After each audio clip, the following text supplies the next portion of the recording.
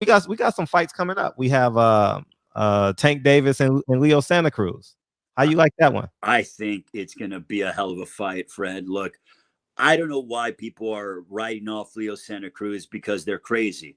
I Hmm. think this is a wonderful stylistic fight because Gervonta's so fast and he's got that one punch knockout power, but Hmm. he's never faced anybody that is going to come forward and throw as many punches and is going to pressure him like Leo is. Plus, Leo has really good defense. He has underrated boxing skill. I think you were at that fight with Frampton the second Yeah. time Yep. in I was. Las Vegas at the MGM, and Leo showed a new wrinkle to his game. He has underrated defense. But Mm. here's the thing, when you throw that many punches in bunches, you leave yourself exposed.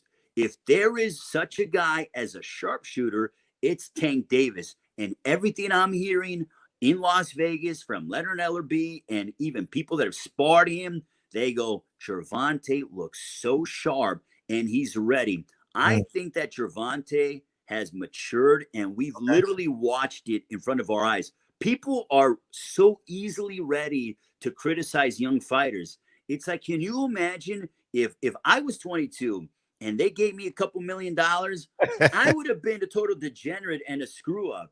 Mm. These guys are on the highest level of prize fighting, and they're on the world stage. You can't expect them to totally be model citizens. Now, I'm not saying what some of the things that they do are correct. I'm not sticking up for them. All I'm saying is that some of the things people get on them for no reason. I think Tank has matured, and I think he's ready for a big moment against Leo Santa Cruz. I think it's an even fight. You have it an even fight. I, Wow, I that's think it's that's I think it's an even fight. and October 17th, the week before, we have Teofimo Lomachenko and Lopez. I think that's a fight. Listen, I know Lomachenko. People are on the Lomachenko bandwagon, pound for pound. He has accomplished a lot. But Uh-huh. I saw Teofimo Lopez. What do I think about the franchise? I'll answer that right after this. Okay. Um, I think that Teofimo Lopez, he has an edge about him. This guy Yeah. he kind of reminds me of the Charlos a little bit. You know, he's got a belt, but he's not happy. He wants to go and he wants to pressure, Lomachenko. He's been running his mouth about All right. Lomachenko. All I'm right. like, man, either he's going to back it up or he's going to get smashed. Uh-huh. There's not going to be one way or the other. I think Teofimo Lopez is a very live underdog in this fight, Fred. Mm. And what do I think about the franchise belt? Do I think there are too many weight classes in boxing? Listen, the franchise belt, I mean, look, the WBC, they are the holy grail when it comes to sanctioning bodies.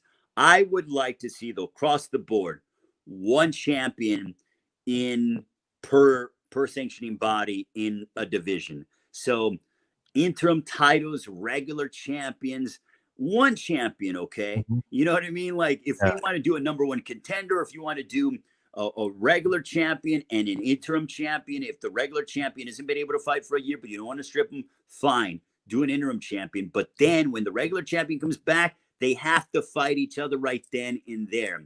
From a weight class standpoint, I like having a lot of weight classes because fighters have a hard enough time making weight as is. I Sure. look at what's happening in MMA, and I see guys that are really putting themselves in overall risk from a health standpoint. I Mhm. don't like it. It makes me sad. It makes me worried. In boxing, it's not that much of a jump. 54 to 60, 47 to 54, 40 to 47.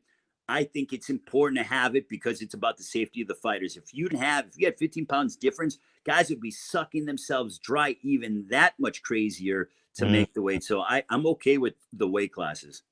Okay. Would you want to take a few phone calls as Yeah, well? let's do it, Fred. Okay, yeah, yeah. Tay Jones is in the building. That's my hey. That guy is ready to explode. I'm telling you, Fred, this guy, I mean, he got the raw end of the deal against Indongo. This Uh-huh. guy is smart. He's intelligent. He's a hell of a fighter. Uh-huh. Hey, Jones is the real deal. Tay Jones, the phone lines are open, man. Feel free to call in.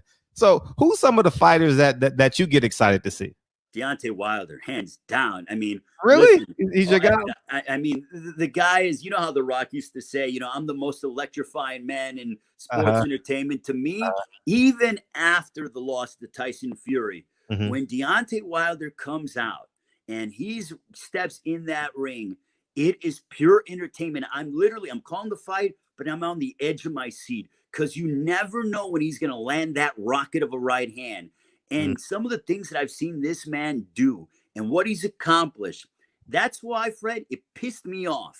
It really pissed me off when people were writing him off and saying, oh, he's so limited and this and that. You're not the heavyweight champion of the world for 5 years. Facts. And aren't, he's a world-class fighter. Fighters lose. If we had that mentality back in the day of Arturo Gatti, Mickey Ward, there would never be a Mickey Ward. There'd never be an Arturo Gatti. Sure. Emmanuel Augustus was a hell of a fighter. It's okay to lose. Muhammad Ali, the greatest of all time, lost and yet came back and looked amazing.